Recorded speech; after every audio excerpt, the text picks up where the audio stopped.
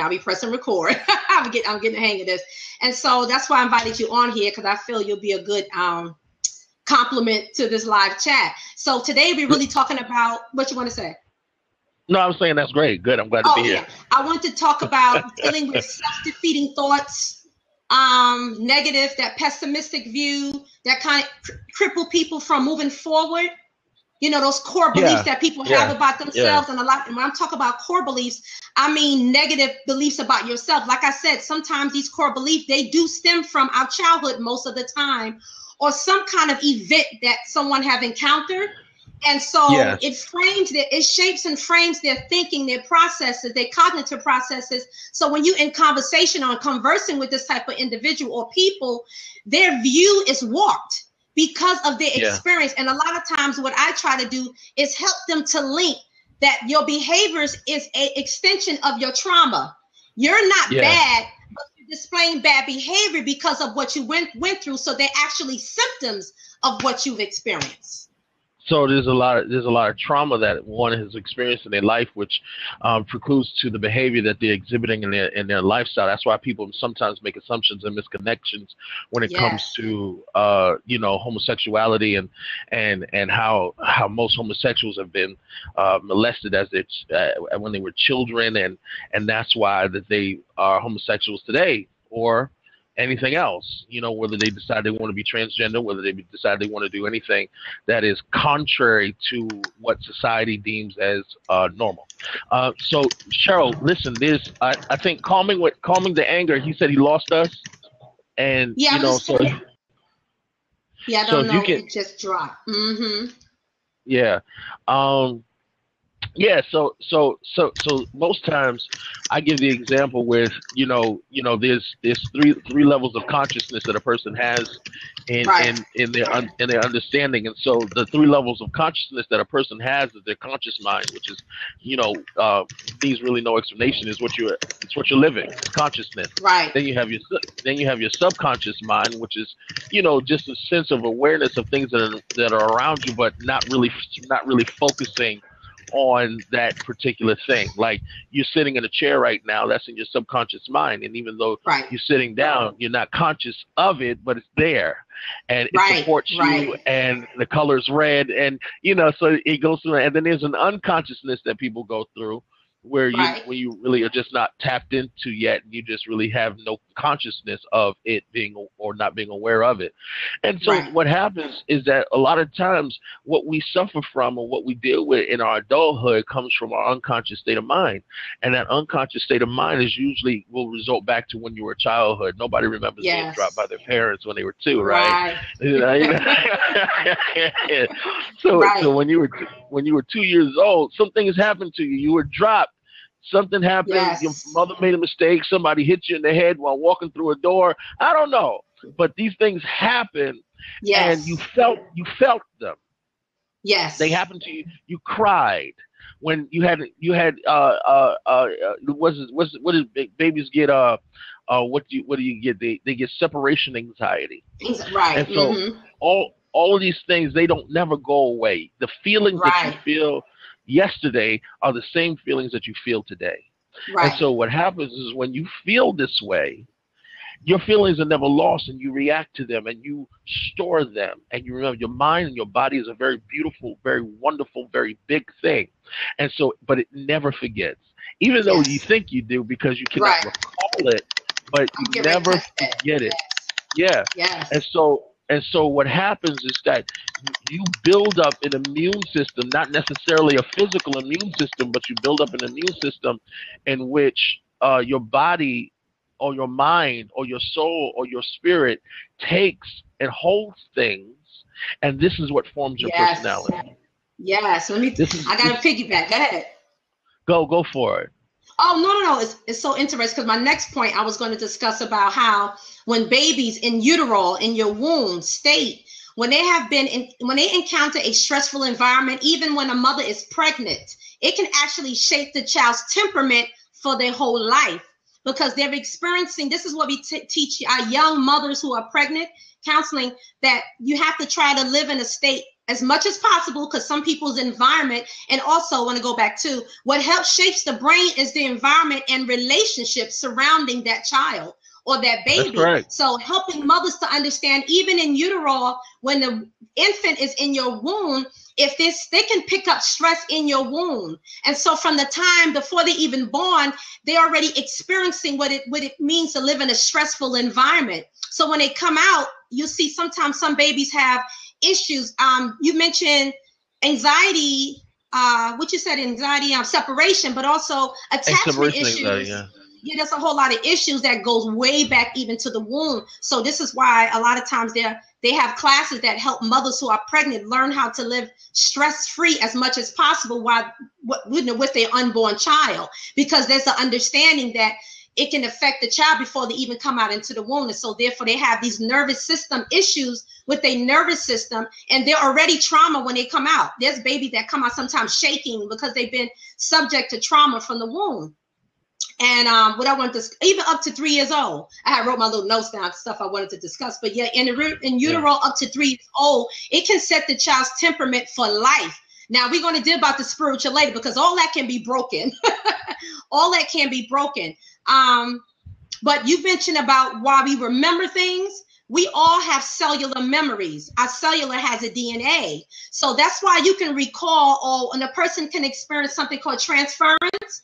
For example, you can have a client sitting in front of you, but you may remind them of their father who used to abuse them just by looking at you, because we have a cellular memory where it'll recall back, it'll trigger back those memories from being abused by someone who may have your temperament. You may act like someone's dad or brother, and it'll bring back all that memory because it's stored. Trauma is stored in your cellular system.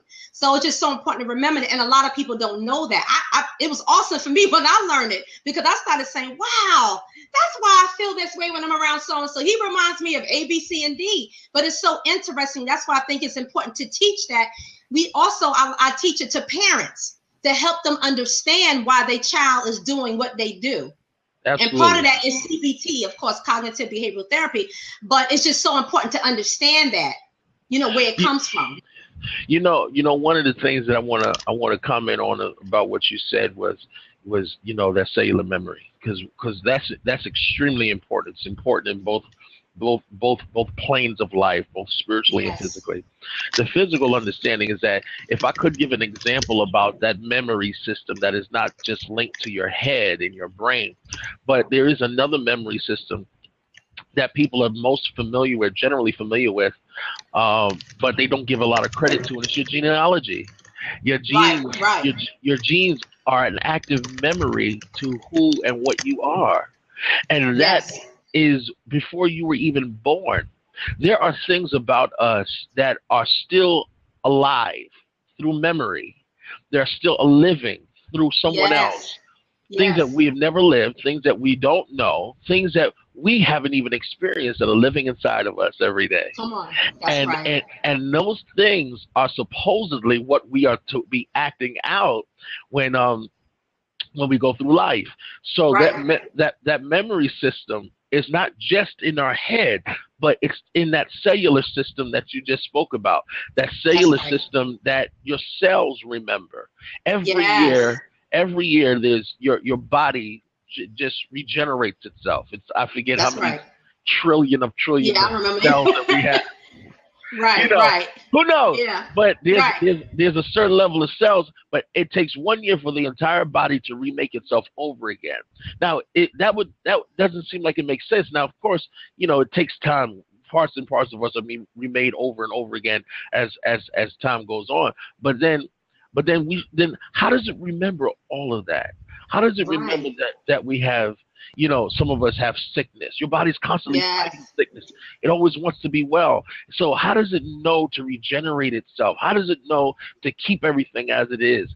And it's not just simply because it's supposed to, but it is it is for specific specific reason, and we have to know what those reasons are. And that's why when it comes to trauma, you remember your trauma. That's when it happens. When it comes to pain, you'll always remember your pain. And that's why when it comes to discomfort, you always know how to make yourself comfortable, because nobody likes pain, nobody likes discomfort, nobody likes to be in a complete mess. So guess what? We train ourselves. We train ourselves to how to live right, be fat, and live comfortably. Come on, right? And listen, I know I do. And so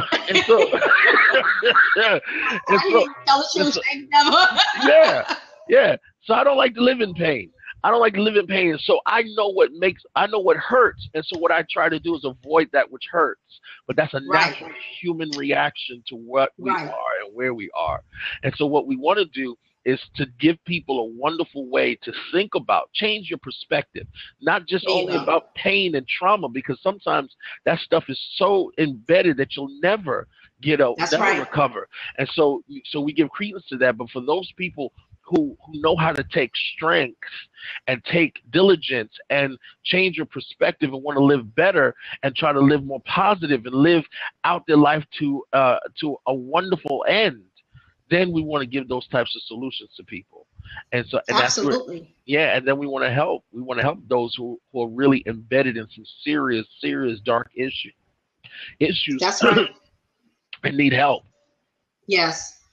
You brought right into our next point, talking about cognitive behavioral therapy in comparison with what we learned from theology. Psychology uses the approach of cognitive behavioral therapy, where you changing the way a person thinks, hoping that it will change their behavior, because it comes to the mind first, huh? I didn't even look at your notes, and I'm already into the next point. No, I don't have that anymore, but I knew that was something we was going to talk about. That's just something I know, you know from memory. Changing the way you think, because we use it all the time, right, Michael? We dealing with clients, we deal with that mindset, that negative mindset, those negative core beliefs. So now we're trying to teach a person how to develop a new language, I call it an internal voice.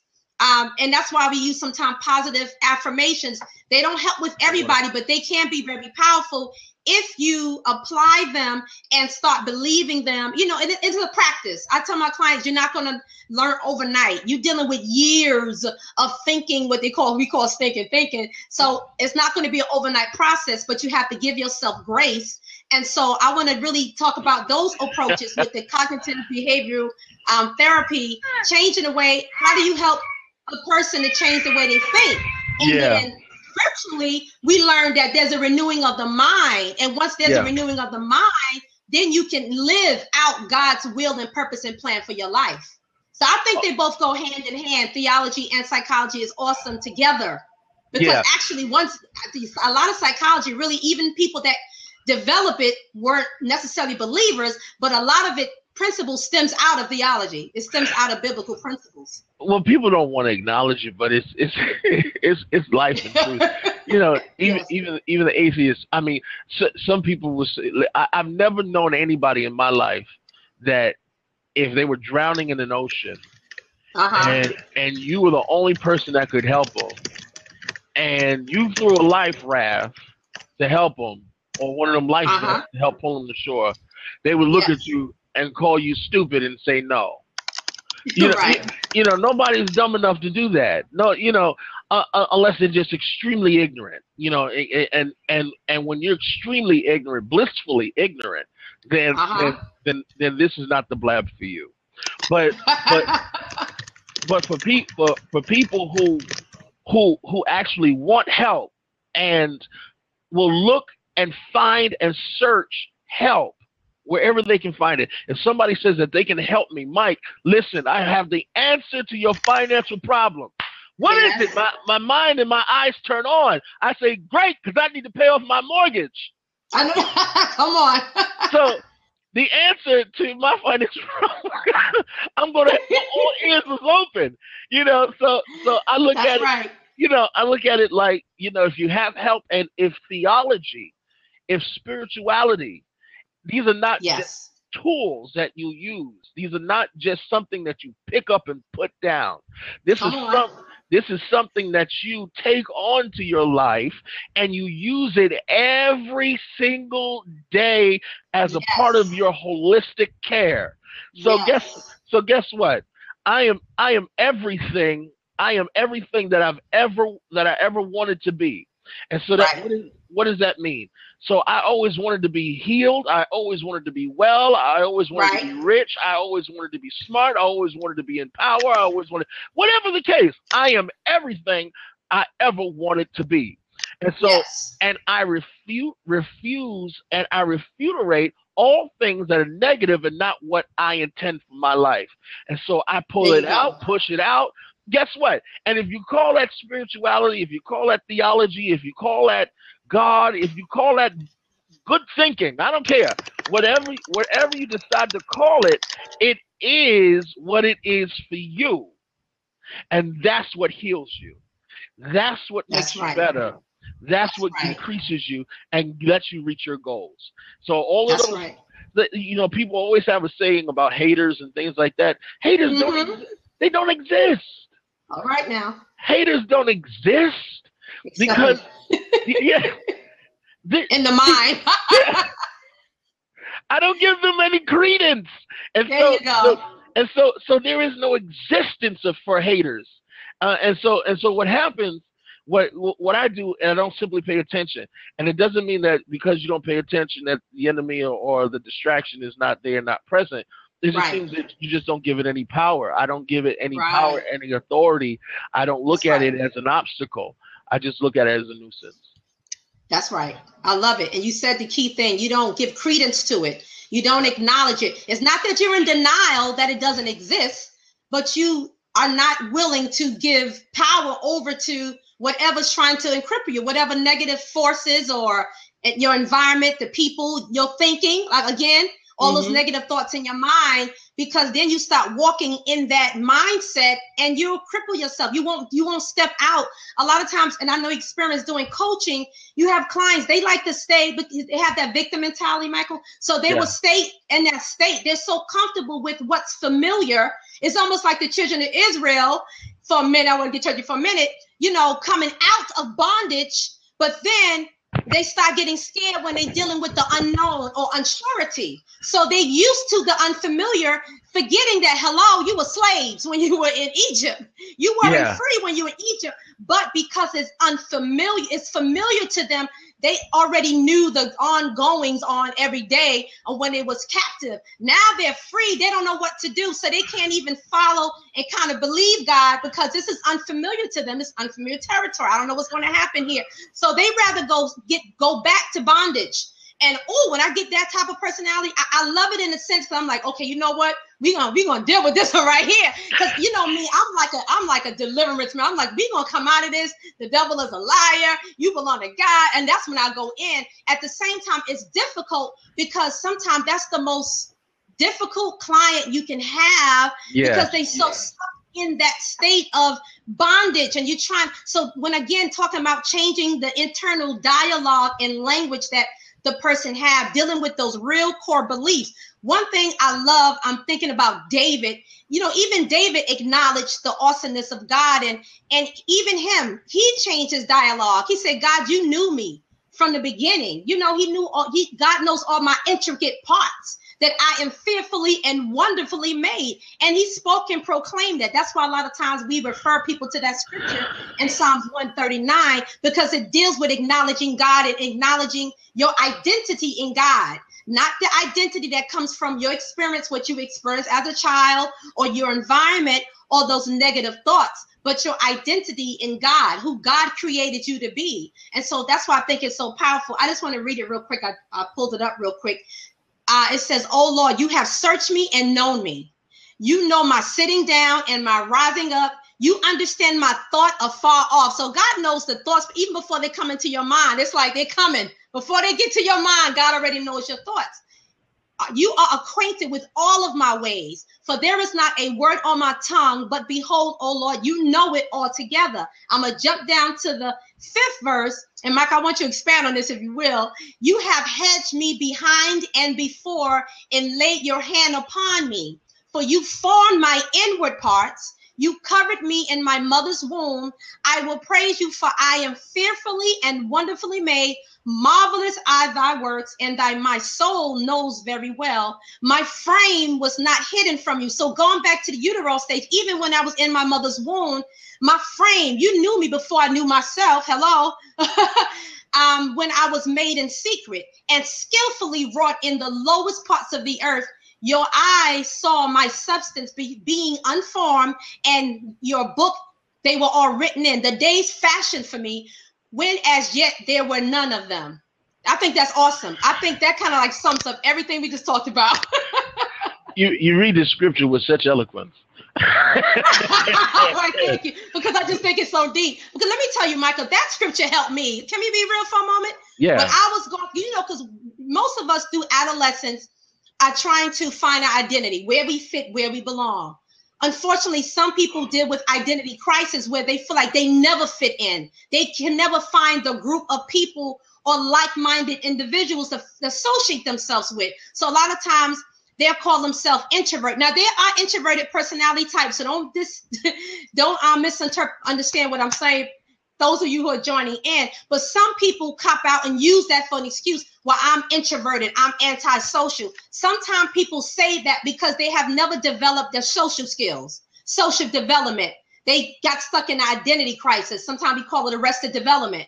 So we've never found our place or who we are. So we just cover it up by saying, oh, I'm just antisocial and introverted. And sometimes it's not true. Sometimes that's false. But you say that because that's a title that we give people who sometimes just never develop social skills. They don't know how to come and interact. They don't know how to come into the group and feel comfortable. They always feel uncomfortable. They still in that state of feeling stressed and, just out of what you call it. They just don't fit in. They feel they just don't fit in. So that's why I think it's so I didn't go through identity crisis per se, but I did have issues with learning to find my own identity. Growing up, I was a young girl my temperament, as you know, is pretty much the same. I'm a calm person. I never liked confrontation from a child. And I mean hostile confrontation. I can deal with we discussing things and we having a calm, because argument don't necessarily mean a fiery argument, heated, but just debating. I can deal with that, but I had issues dealing with strong confrontation, more volatile, in a volatile situation. I was shunned away from that. That's right. I grew up in the project. So you have this temperament, this calm temperament child growing up in the projects where I grew up at in Brooklyn, New York, and it was rough. And so I dealt with a lot of identity issues growing up because I didn't fit in with the group of teenagers who like to rob and steal and get high and want to fight all the time. I didn't fit with them. You understand what I'm saying? So I had a lot of issues growing up with females always wanting to fight me just because I was different. And of course, when you get old, you understand they had issues too they weren't aware of. But when you're young, you don't think about all that. You're just thinking about you want to fit in. That's why a lot of times we end up trying to, we succumb to peer pressure because we want to fit in, because we still trying to find our identity. Like, do I fit with this group?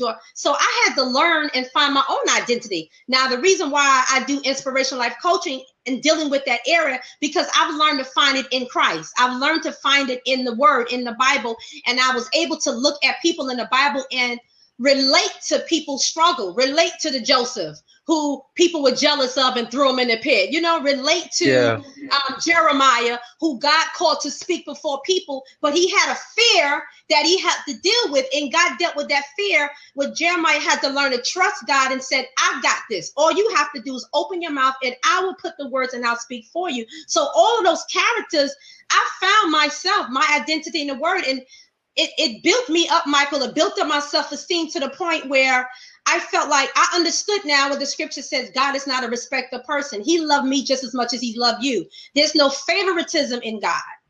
You can jump on there. Listen, I don't even feel like I'm part of it.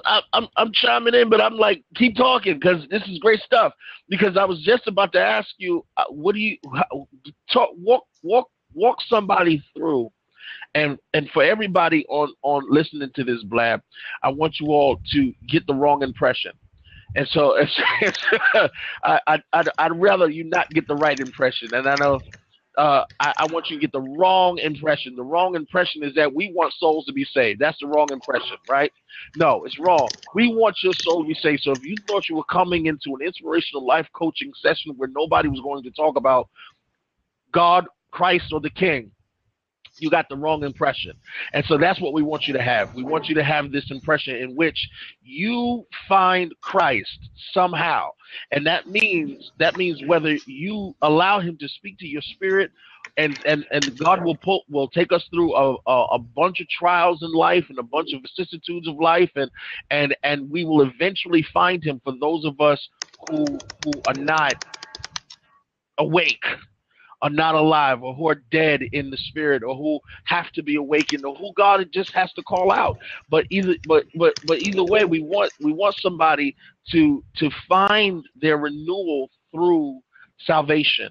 Find your life's renewal through salvation, and that means we need somebody to actually lift up themselves to the Lord, seek his face, turn from wickedness, and pray. That's it. Simply pray. And if you can do that, then all else will work itself out. No matter what your history is, no matter what your past was, no matter what you remember, no matter what somebody else did to you, no matter what the problem is, God specializes in impossible. He specializes in going down into hell, into your depth of hell, and pulling out souls. That's what God is good for. That's what he can do. What we would tell you, just from a cognitive standpoint, also spiritual, but from a cognitive standpoint, what we would tell you is only meeting halfway. You would still have a void that needs to be filled. Ultimately, that void needs to be filled by your sense of spirituality, and that comes through none other than the Lord Jesus Christ. Well, amen. And there goes that. That's awesome. We talked about the cognitive approach, and as well as psychology. That's why things are awesome when you have a therapist or counselor who understands the spiritual need healing as well as the physical. And again, me and Michael and I both have a holistic approach when it comes to counseling, ministry, whatever you call it, life coaching, because one affects the other. If you're not healed emotionally, guess what? Even doing something simple as trying to start a business, it's going to affect you somehow. It's going to come out, whether you're a preacher. Some of you may have seen people who preach angry. There's some issues that have not been resolved, and it comes across in the pulpit or in your business. You're not able to be a good leader because you still got issues stemming from a childhood. So we are individuals who try to deal with those issues so you can be a healthy leader. Cheryl, listen, you talking right, because hey, listen, I'm guilty. You know, people, we keeping it real, y'all. Come on, because I'm not here to be perfect, and that's right. and because I got a certification and I'm educated in topics doesn't mean that I've come to the right conclusion, that I got the right answer. And so what happens is that I utilize, for me, therapy is this. This is therapy according to Michael Chase. Use everything. Use everything that is good for you. Use everything that results into a positive destination. Use everything. And one is no more greater than the other. And I'm going to tell you, I'm going to explain why I say one is no more greater than the other. Because depending on where you are at in life, you lose nothing. And so because you lose nothing, one can highlight itself to be greater for you at that time because you're utilizing it more. So in some areas, say death, and you mourning. Some people cling to spirituality more than just, than eating right. In the case of losing weight, it means more to you at that point. What you have to do is connect and cling to that which is greater for you at that moment of your life. Whatever you can pull through. Now, you never lose anything. So what that means to me is that I never forget nothing. I never lose anything. I leave no stone unturned. Everything in my pathway is good and necessary. That means haters, you're good, you're necessary. Positive people, you're good and you're necessary. Negative circumstances, you're good and you're necessary. Broke, I don't have no money. It's okay. It's good and it's necessary. I know people may not understand that, but nothing in my life is a mistake. All right. Nothing in your life is a mistake. And so what happens, I have to believe that because I'm called out, that everything that approaches my life is good and necessary. I know all you people that have been raped in life, that had some negative traumatic situation happen to them, you're saying to yourself, how the hell is that good? But guess what? There is a purpose for everything, whether we want to agree with it or not, whether we want to believe in it or not, whether it hurts us down to our physical being or not. Everything that happens in our life is for a purpose. It's for a reason. And whether we like it or not, it is for our benefit. And so what happens, and it does not mean that it's for an external benefit. It may be for our spiritual benefit. It may be for our personality. It may be for character. It may be for building us up. It may be for somebody else. Some people have come to the realization that after they've gone through a traumatic experience, that it wasn't even for them. It was for somebody else who would go through the same traumatic experience and need somebody to help pull them through. So I want to encourage everybody that's going through something outside right now to really just connect with yourself, connect with your power, with your God, with your higher power, which is none other than Jesus Christ. I want to put that out there. We ain't promoting energy, okay? So that's right. Let's make this plain. But I don't want you to cancel out energy. I want you to also to utilize energy and your positive thinking and your thoughts. All of that is who you are. And that's why we want to make sure that you utilize everything about what God has put inside of that vessel called you. Amen. And just to sum up real quick, to piggyback what you're saying, so people don't misunderstand, God don't bring these evil things to your life, but he will use them. Is this a saying? And it may sound cliche, but it's so true. What the enemy uses and try to make for evil, God can turn all of those negative things you've been through for good, to use it to be a blessing to somebody else. Again, that's also a way of changing the way you see things, your perspective about what you've been through, what you have experienced, as Michael have said. And I was working with a client today, and I was helping her to understand finding a better way of seeing things this morning, instead of looking at the negative side of it all the time. And I was trying to get her to say things out loud and to recite things with me, to get her to understand that this may have happened to you, but you don't have to let that dictate your future. You know, you can change your story, and we hear it, but it's so true. You can change your story today. See, now we dealing with, it just skipped my mind, positive psychology, that Rogers, that deals with, you know, living your, I guess, solution focused therapy, where you focus on how can I live today and in my future, instead of dwelling in your past. Yeah. You know, and we know who's good for that, which I love him. I love a lot of his theory is, what's the famous theorist? Oh my gosh, dealing with your issues from when you were young, and Freud. Dealing with a lot of the issues you dealt with when you was young, you need to go back to this place to understand the root, of something. Because if you don't know the root, then you'll still be in a state of blindness, because you don't have no understanding. It's important to understand, but don't stay stuck there. Now you got to get focused on living for the day. Okay, that did happen to me, and that's part of who I am. But all of that can be used, like you have mentioned.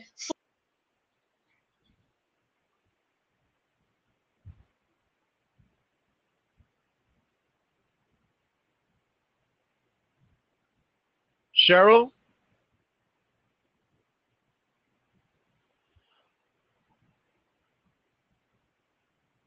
All right, I think Cheryl popped out. I think she's gonna have to let herself back in. But what she's saying is absolutely true, and I think it's awesome. What we're going to do is because we actually only intended for this to be a half an hour, so we've reached that half an hour already. We started at 6:30. Now it's 7 o'clock. what I want to say is thank everybody for coming on and listening thus far. And, make sure you reach out to us somehow, write us a little note, type us something really nice, and let us know what you thought about the broadcast, and if it was something that encouraged you, if it was something that didn't. We're very open-minded, and we want to make sure that people, get a chance to speak themselves, speak their mind, and see what it is. Let me see. I see Calming with Anger. Open up for dialogue. All right. Let me see if I can respond back to you. Cheryl is the host. I am new at this. Tell me how. How about that? Because I don't necessarily know exactly how to open this up for dialogue, but I would like to. Cheryl is coming back on. Cheryl? Yes. All right, you got Calming with Anger. He says he wants to open up for dialogue. Sure. Let me see. Right here.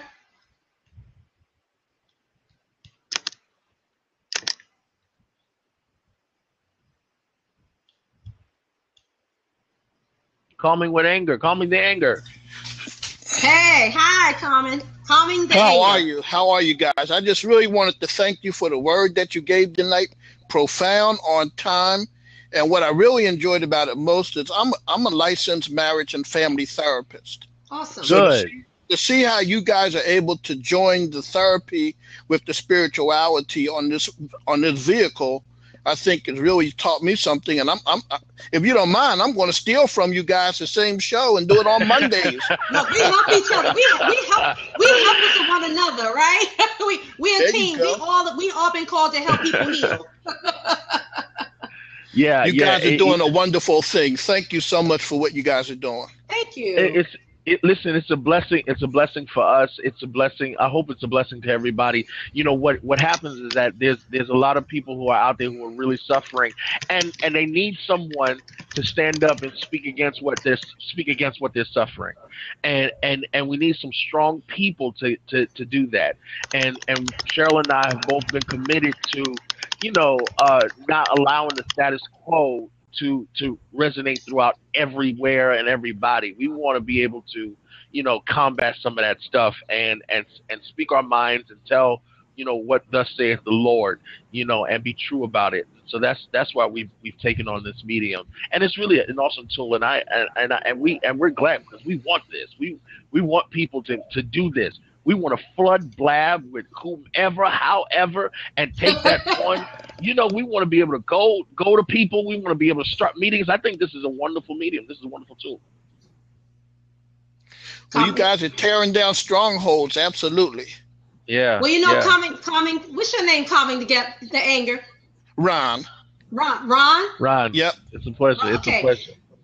I think too, with the spirituality piece as well, dealing with people who have, it's kind of difficult sometimes in the field, just staying focused on the physical and the psychology side of it all the time, because sometimes people need to know that there is an enemy out there. Just be real. And he comes to kill, steal, and destroy, steal your mind, take away joy, everything. And sometimes people just need God. No matter how much medicine they take, what cognitive or whatever therapeutic approaches you use, sometimes they just need to be healed spiritually. A lot of times their sickness is from a root that's, spiritual. And people need to understand that. So no matter what and sometimes I think folks get stuck because they're trying to help individuals. And if they're not dealing with the spiritual side, which to me don't make any sense, because God created us holistically. There's a mind, and there's a spirit, and there's a soul, and there's a body. And you need to deal with the spiritual part of the individual. If that, you can do everything else externally all day. If you don't deal with the spiritual, that person to stay in an endless cycle. You may have a time when you may be doing well, but then you still, we're battling. People are being tormented, if you will, with these spiritual issues that are not being addressed. And so I'm so adamant about, let's deal with the whole person. Because for me, that was Jesus' ministry. We're going to deal with the whole person. Even when he was feeding the people, I mean to preach, y'all. But even when he was in the Sermon of the Mount, or when he had the 2 fish and 5 loaves, he even understood that folks need to eat. You can't hear no word. I don't care what you throw my way. If I'm hungry and I'm destitute, I need to eat first, so my body, my physical body, can receive what you're throwing, what you're spitting at me. You understand what I'm saying? Oh, absolutely. I just think it's important. You know, and I think you're right on the mark when you talk about our diseased minds. A lot of times, you know, if you look at, you were talking earlier about cognitive behavioral therapy. And one of the things that Bet talks about is, as you said, change the way you think, you change the way you act and the way you behave. You know, and it's if you take the sinful mind out of the person, then the person can act in a spirit of righteousness and in a spirit of godliness. And so it's really no different. In fact, a lot of those theories come from them borrowing it from the scripture. Yes, yes, yes. So you guys are right on. Thank you. I don't want to capitalize your show. I mean, this is my first time on Blab, and I just want to go ahead and, again, thank you. And I'm going to go ahead and step out and catch you again when you're back on. Thank you so much, Ron. We appreciate you coming on. You. I'm following you now, okay? So thank you. Okay. Thanks for joining in. Have a good night. You too. See, Cheryl. All right. Thanks so much. Yeah, that's awesome. You know, that's what we need. Yes. We need people who are positive and want to speak positive and do positive things, but also who want to change their lives and really kind of chime in with us and go on. I think I can commit another 5 or 10 more minutes because I was going to say, because we're about to wrap it up and go. Yeah, and I got a client. I got a client that I got to see, so I don't want to be late. You know. Okay. If anybody have any questions or commentary, you can enter them now before we kind of go off the air. But thanks for joining in. This is our first Blab dealing with these issues, talking about these kind of topics. Thanks for joining in, KQ. Yeah. Remco. There go Lewis. Now we get Lewis in. Yeah, go ahead, Michael. I don't want nobody to be scared, be shamed. Please chime on, come on, let's talk about it. Lewis! Now we open up the floodgates now. Hey, Lewis. We got it all together, looking good. Yeah, great. Nothing. We got it all together now. Hey, it was a really good show. I mean, you hitting all the spots that need to be hit. It's really inspirational, and you're doing your thing. Excellent. Glory to God. Excellent. we be trying it, but and Michael's like, we agree with me. We was talking about earlier how even though man make tools for certain uses and purposes, I believe as believers, we have to always find a way to use it to minister to people, to be a blessing to people. Right. Being good stewards over everything that he gives us. So I was like, why not use Blab for it? I started using Periscope for it. Why not use Blab? There's always an audience for what you want to hear. Yeah. Everybody may not come into your scope, may not come into your Blab, but there's always somebody that needs to hear exactly what we're saying and what other people are saying. Yeah. I have different people broadcast out. If I'm trying to better my business, I'll jump in one of those type of Blabs. Mm-hmm. But, for those who want to know, who want to be healed from emotional, behavioral, or all kinds of different issues, or who just want inspirational life coaching, they need the person to come along their side to be accountable to say, you know what, I need that push. Because naturally, I'm a midwife. I'm a spiritual midwife. Michael know me. Once I see a gift and talent, I'm like, oh no, we got to birth that thing. We got to get that out, because I hate the devil, and I can't stand when people are bind up and you see so much in them and they don't know how to actualize it. Right. So I'm like, okay, this is my area. This is what I'm strengthened and called to do. We're going to walk you through this, brother or sister, whoever, and get you to the point where you don't even need me anymore. So that's where the inspirational life coaching comes from, that desire to help other people walk into their purpose and their destiny, and knowing that there are people out there who are willing to walk on their side, because that's what life coaching is. I'm helping you. I'm not telling you what to do, but I'm coaching you. I'm informing you, but then I'm holding you accountable, because sometimes we need that. I even dealt with the spirit of procrastination before, where I needed somebody to come along. Come on, Cheryl, let's get it going. Right. Did you do what you needed to do? Did you, you know what I'm saying? Yep. So I know sometimes we need that. Sometimes I don't care who you are, whatever your title is. Sometimes we all need that encouragement. Yeah, you know. That's Cheryl is an influence, because I would not have known anything about Blab, what a Blab was, blah, blah, blah, yeah, until she discovered it, and it's this whole new medium, you know, and it's really awesome. And I encourage everybody, you know, to reach out, because listen, let's use these social media network and, you know, websites for our advantage, and let's, you know, reach out to us on Facebook, be a part of our community, because one of the things that you know, because it's really good to have this type of thing, this forum, but everybody can talk big inside the four walls of their home. And so we want, but we're extending ourselves to come out of our homes, come out of ourselves, come out of our environment, come out of what's comfortable, and approach somebody, do something different, change somebody else's life. One of the greatest things that plagues America is depression and anxiety. Yes. And we transfer that into our faith. People have depressed and anxious faith, and that simply means that people are scared. Anxiety is nothing more than fear, and that's all it is. And so people are scared to talk to people. That's our next broadcast. Yeah. That's our next broadcast. You know, people are scared to talk to people because they don't know how. They have their own insecurities. But moreover, I think people are more scared of the fact that they're not living right, that they're not doing what's right, that they have misconceptions of what is and what isn't right. And so they're not sure. I think this creates a forum where people can be and feel sure. Yeah, true. Yeah. All right. So Cheryl, we got I don't know, this thing is moving up and down. You know, our Starms, I believe I'm saying that name correctly. You guys call me. Ron said we need 2 hours. I know. I told him we do. We're going to continue this show. Yeah. But before we leave, I want everybody to mention their website. Michael, where somebody can maybe contact you should they want counseling or life coaching or whatever. Yes. Go to manprogram.net. So that's not www, no www, just manprogram.net. Managing anger naturally. Let me write that down. Manprogram.net.